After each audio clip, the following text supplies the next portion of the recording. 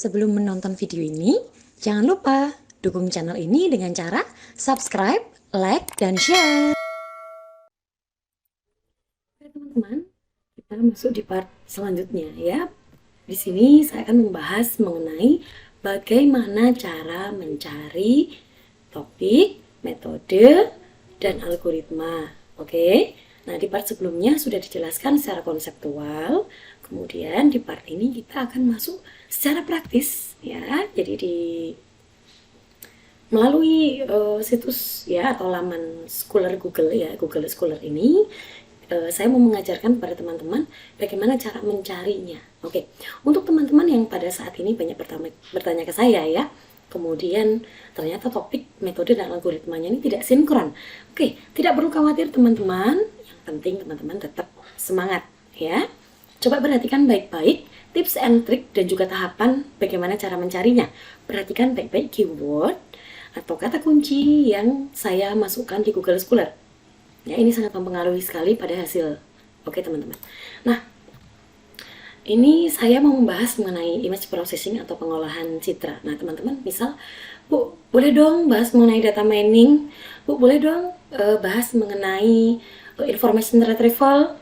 Nah teman-teman boleh memasukkan, ya silahkan dimasukkan di kolom komentar, ya dituliskan di kolom komentar. Nanti saya akan membuat video sesuai dengan permintaan teman-teman. Oke, saya masuk ke image processing atau pengolahan citra digital untuk deteksi plat nomor kendaraan ya. Jadi ini saya buat contohnya sama seperti kajian teoritis kita sebelumnya. Oke, deteksi plat nomor. Saya tuliskan seperti ini teman-teman. Oke, tahap pertama adalah kita cari semacam ini teman-teman, kemudian menggunakan bahasa Indonesia dulu. Nah, teman-teman akan bisa melihat ya. Di sini ada penerapan operasi morfologi. Ya, kita bisa baca dari sini teman-teman. Kemudian ada pendeteksian posisi plat nomor kendaraan menggunakan metode morfologi matematika. Kemudian ada lagi yang menggunakan CST, jaringan syaraf tiruan. Kemudian ada yang menggunakan OCR ya, optical character recognition atau pengenalan berdasarkan karakter yang ada pada gambar tersebut. Kemudian ada juga yang menggunakan KNN, ada yang menggunakan proses ini mungkin tidak terlihat ya algoritmanya apa, tapi nanti bisa dibaca di dalamnya. Kemudian ada juga yang menggunakan, nah ini juga sama KNN teman-teman. Mungkin KNN ini famous ya, tapi hati-hati, kita sesuaikan teman-teman dengan kebutuhan penelitian kita. Nah teman-teman perhatikan, nanti ini berhubungan sekali dengan bagaimana cara kita untuk mencari atau menuliskan state of the art ya, karena kita akan merangkum sebanyak mungkin paper, sebanyak mungkin artikel yang terkait dengan penelitian kita, yang terdekat dengan penelitian kita, yang paling relevan. Dan perhatikan teman-teman, kalau sudah ada penelitian yang pernah dilakukan semacam ini dan tahunnya, perhatikan tahunnya teman-teman di sini. Oke, tahunnya adalah 2013. Perhatikan, sekarang ini 2022 dan penelitian yang baik menggunakan daftar pustaka atau referensi dalam kurun waktu 5 tahun saja teman-teman.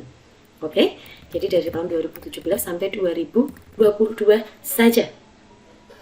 Oke, nah seperti ini teman-teman, kita bisa melakukan seperti ini, tapi perhatikan baik-baik, kalau kita tuliskan tahunnya semacam ini, maka munculnya menjadi salah. Nah teman-teman bisa memunculkan satu persatu. Tahun 2017 algoritmanya apa saja sih? Oh, ada pakai Tesseract ya Bu, ada yang pakai KNN, kemudian tadi ada yang pakai CST, ada yang pakai OCR, kemudian ada yang menggunakan apalagi Bu, ternyata menggunakan deteksi tepi di sini ya. Kemudian di tahun 2018 bagaimana ya? Di tahun 2018 ternyata ada yang menggunakan bounding box. Kemudian ada yang menggunakan KNN, kemudian ada yang menggunakan ini tadi ya deteksi tepi ya, kemudian ada yang menggunakan transformasi Hopf ya, kemudian ada yang menggunakan apalagi di sini template matching, kemudian ada yang menggunakan LVK ya tadi di part sebelumnya ya, di video saya yang lain nanti saya tulis di deskripsi box. Saya juga sudah menjelaskan sedikit mengenai LVK ya teman-teman. Untuk LVK semacam apa sebetulnya saya juga punya paper-paper ya teman-teman. Jadi misalnya teman-teman nanti bertanya, Bu, kalau pakai bonding book seperti apa ya Bu? Ada nggak papernya? Saya nggak ketemu gitu ya. Teman-teman bisa juga mencari dengan menggunakan, misalnya saya menggunakan penelitian saya sendiri ya teman-teman di sini. Misalnya teman-teman bisa mencari seperti ini. Nah, maaf ya itu typo. Nah, seperti ini saya juga sudah pernah menggunakan ya. Nah, ini ada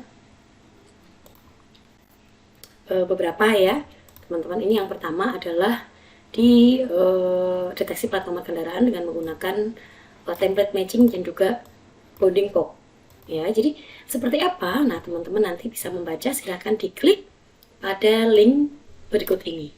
Kemudian yang kedua adalah dengan menggunakan, nah ini teman-teman, bagaimana Bu ini? Nah, ini nanti berjalan gimana Bu? Kalau saya download dari sini kok nggak bisa ya Bu, jadi gimana nih Bu? Nah, teman-teman boleh klik semacam ini, silakan ini di copy, kemudian teman-teman bisa mencoba di sini ya. Nah, ketika tidak bisa mendownload ya, teman-teman bisa melalui kanal ini ya, di Siap ini. Kemudian teman-teman akan mendapatkan semacam ini, kemudian tinggal diklik kanan save as saja. Ya, otomatis akan tersimpan. Nah, teman-teman, di sini sudah dijelaskan bagaimana cara mengenali ini. Contohnya adalah di pengenalan wajah manusia ya, atau pengenalan bukan dari bentuk wajah ya. Pada penelitian ini hanya mengenali wajah seseorang ya. Ini belum sampai gender ya, baru mengenali wajahnya saja. Kira-kira seperti itu. Dan ini menggunakan algoritmanya, nanti bisa dibaca ya, dan saya akan mengajarkan lebih lanjut bagaimana untuk membaca ya, tips and trick untuk membaca paper itu seperti apa. Nanti lebih lanjut ya teman-teman. Oke, saya next masuk ke sini ya. Kemudian bagaimana Bu untuk misalnya yang tadi ya, plat nomor kendaraan yang ini teman-teman. Bisa saya download ya teman-teman. Nah, ini munculnya semacam ini. Jadi di sana teman-teman bisa membaca tahapan yang sudah dilakukan ini pada tahun 2019 ya. Ini modelnya seperti apa? Oh, ternyata ada segmentasi ya Bu. Nah, segmentasi itu bagaimana? Nanti lebih lanjut. Kalau teman-teman misalnya Bu, request dong tentang segmentasi, Bu, request coding Bu. Nah, boleh teman-teman, silakan.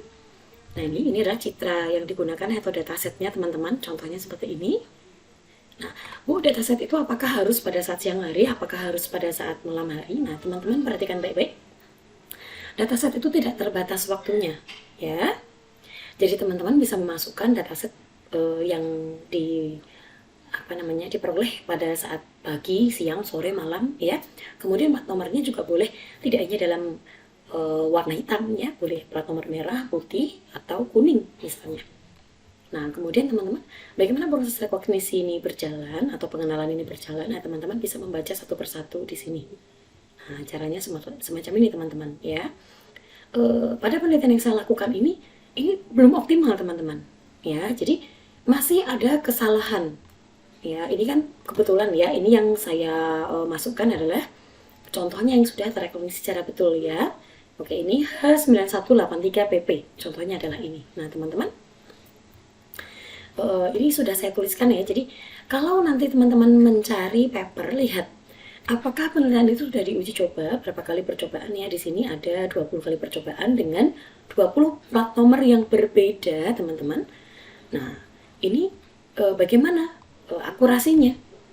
Kalau akurasinya tinggi, maka teman-teman boleh membaca kembali ya. Ini karena masih tahap pertama, mengenali saja topik, metode, dan juga algoritma. Kira-kira seperti itu ya teman-teman. Kemudian bagaimana Bu kalau untuk yang terbaru? Jadi misalnya kita bisa mencari di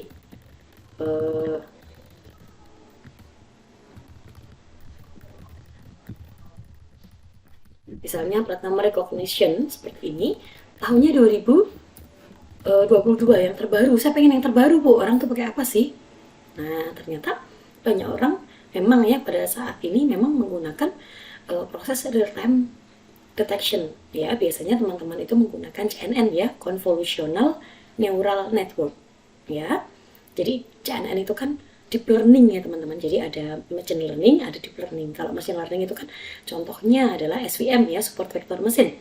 Kalau deep learning itu contohnya CNN ya, convolutional neural. Kemudian ada juga yang namanya adalah HMM ya, hidden Markov model. Nah teman-teman nanti lebih lanjut bisa saya baca, bisa saya jelaskan satu persatu. Nah teman-teman bisa sambil mencari dengan tips and trick yang sudah saya jelaskan pada video ini.